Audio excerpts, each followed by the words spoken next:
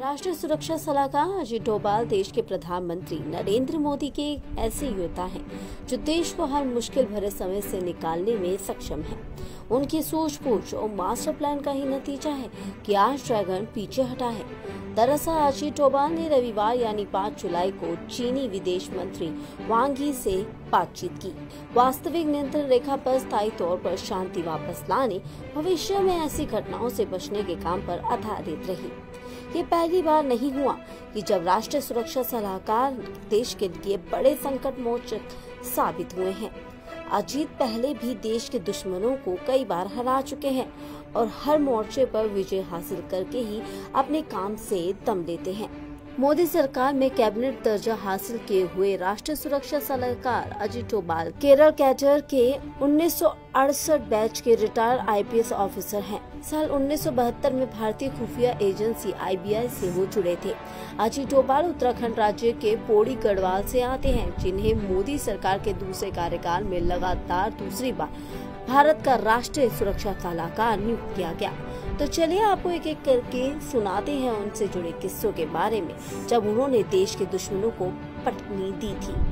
जब प्रधानमंत्री नरेंद्र मोदी ने अपने दूसरे कार्यकाल में कश्मीर से बेहद संवेदनशील धारा 370 हटाई थी, उस दौरान तनावपूर्ण माहौल में ही अचानक से अजीत डोभाल कश्मीर पहुंच गए थे और वहां के स्थानीय लोगों के बीच में जाकर हालात की समीक्षा की थी। इस बीच में कश्मीर के कुछ लोगों के साथ वो सुबह का नाश्ता भी करते हुए नजर आए, जो शांति बहाली में बहुत उपयोगी साबित हुआ। जब देश की राजधानी दिल्ली में सिटीजनशिप अमेंडमेंट बिल यानी CAA के विरोध में हिंसा हुई थी, जिसके बाद हालात काबू में नहीं हो पा रहे थे, उस समय में भी राष्ट्रीय सुरक्षा सलाहकार अजीत डोभाल खुद ही सड़कों पर उतर आए थे और पूरे हालातों का जायजा लेकर सारी समस्याओं को दूर करने में अपनी महत्वपूर्ण भूमिका निभाई थी।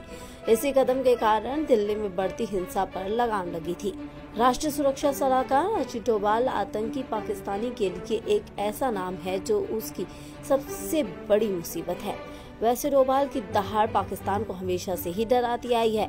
POK में सर्जिकल स्ट्राइक और पाकिस्तान में घुसकर एयर स्ट्राइक के मास्टरमाइंड भी अजीत डोभाल ही थे।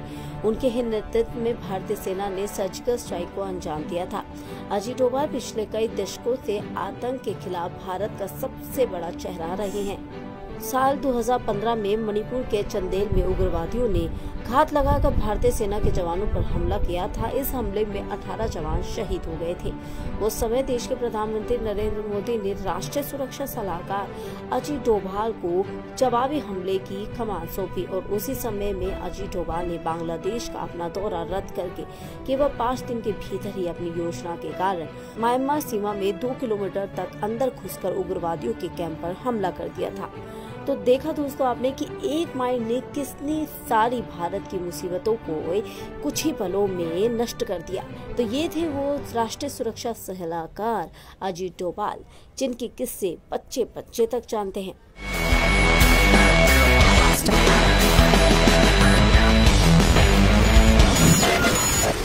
InstaFeed